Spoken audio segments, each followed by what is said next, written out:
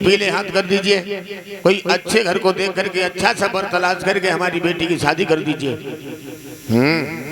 भीष्म कहने लगे रानी तुम चिंता न करो, हम राजा हैं, जहां चाहेंगे जब चाहेंगे जिसके साथ चाहेंगे हम बेटी का विवाह कर देंगे। आज ही कचहरी में हम जाएंगे और सभा को संबोधित करेंगे। महाराज महलों से निकले और कचहरी में पहुंचे हैं। सभा को संबोधित करते हुए महाराज भीष्म कहने लगे सभा में पधारे हुए सभी आगंतुक जन, शायद आपको ये पता होगा हमारे घर में एक बेटी भी है और वो बेटी का नाम रुक्मिणी है। बहुत सुंदर है, बहुत सुशील है। अगर किसी की नजर में हमारी बेटी रुक्मिणी के लायक दूल्हा हो तो हमें बताओ। तो एक खड़े होकर कान लगो महाराज दुर्योधन के संग में ब्याह कर दो, बहुत बड़ा राजा है, बहुत बड़ा बलवान है। दूसरा खड़ा होकर के कहने लगा जब दुर्योधन अपने भाइयों का नहीं हुआ तो हमारी बेटी का क्या होगा, नहीं करेंगे।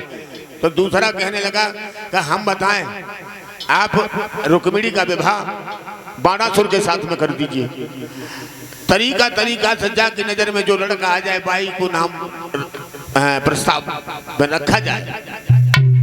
लेकिन महाराज प्रसन्न नहीं हुए। तब तक महाराज भीष्म का सबसे छोटा लड़का जो था 5 पुत्रों में रुक्मी, वो कहने लगा पिताजी हमारे दिमाग में एक लड़का है, बहन जी के योग, हमारी बहन के लायक एक दूल्हा है हमारी नजर में, बताएं अगर आपका आदेश हो जाए। वैसे बड़ों में बोलना नहीं चाहिए, हम सबसे छोटे हैं। भीष्म कहने लगे नहीं बेटा तुम्हारी बहन है, तुम्हें बोलने का अधिकार है। तो रुक्मी बोला है पिताजी जो घर में है मेरी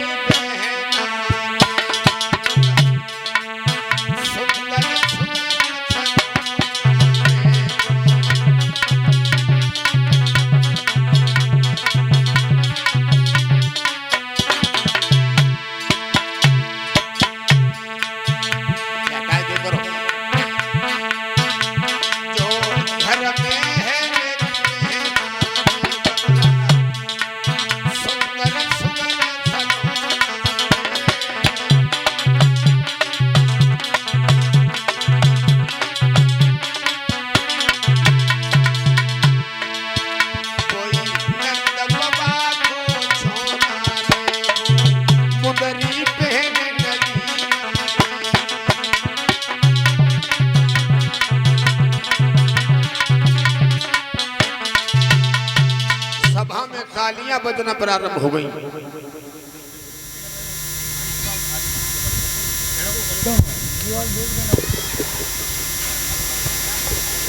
सभा में तालियां बजना लगी। बाजी बा, छोटा मुंह इतनी बड़ी बात। भीष्म कहने लगे बेटा तुमने तो हमारे मुंह की बात छीन ली। रुक्मी कहने लगा है पिताजी द्वारिकाधीश भगवान अगर हमारे बहनोई बन करके आंगन में आ गए हमारा घर भी पवित्र हो जाएगा, जिंदगियां बदल जाएंगी, जिंदगी पवित्र हो जाएंगी।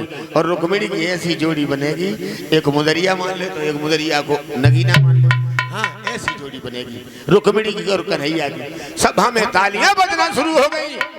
तब तक बड़ा लड़का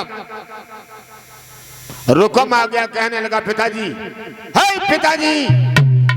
सोनू क्यों सेकंड क्या घंटा में है?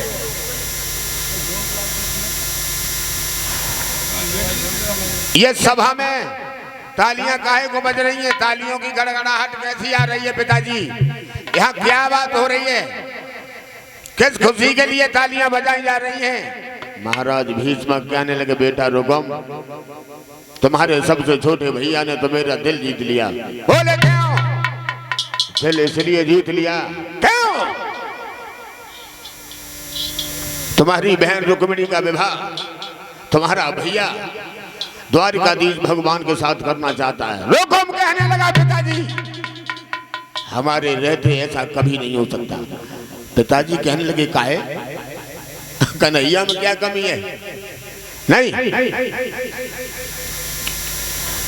बहुत बड़ी कमी है। चोर है, लड़कियों के माखन लूट लूट करके खाता रहा, बन बन में गाय चराता रहा उस माखन चोर के साथ में हम अपनी बहन की शादी कर देंगे? बिल्कुल नहीं, नहीं, बिल्कुल नहीं।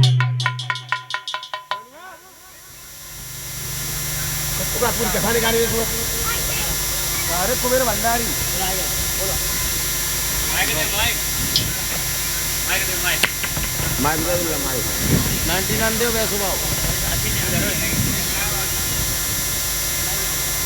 ये वाला ले लो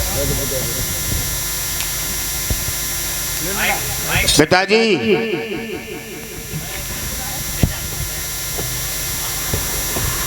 रुकम कहने लगा है। अरे पिताजी, हेलो हेलो हेलो हेलो डोरी पकड़ ले। हमें ये बताइए, तो हमें तालियां क्यों बज रही थी? बेटा रुकम, हाँ, तुम्हारी बहन की शादी होने वाली है, हम लड़का की तलाश कर रहे हैं। तुम्हारे छोटे भाई ने हाँ, हाँ, मेरे तो मन की बात कह दी। क्या? द्वारिकाधीश कन्हैया के साथ तुम्हारी बहन का विवाह। अरे पिताजी, क्या कह रहे हो? एक बार हमसे पूछ लिया हो तो। हाँ? अब तुम्हें पूछ रहे हैं। कन्हैया का नाम तुम्हारी जबान पे आया कैसे? अरे कितना अच्छा लड़का है, अच्छा, द्वारिका का राजा है।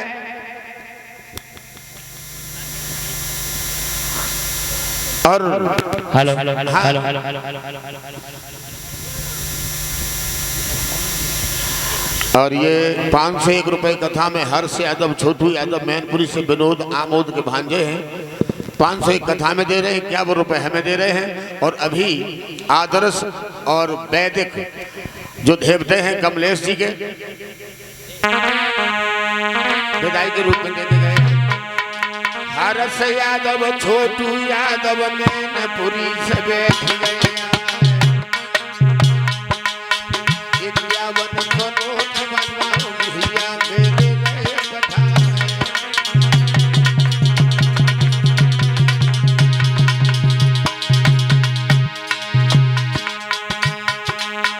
आदर्श यादव, वैदिक यादव, सुंदर लोच झोंके दवाए, तुम जुग जुग जियो अमर हो गई हो पंजा धरे।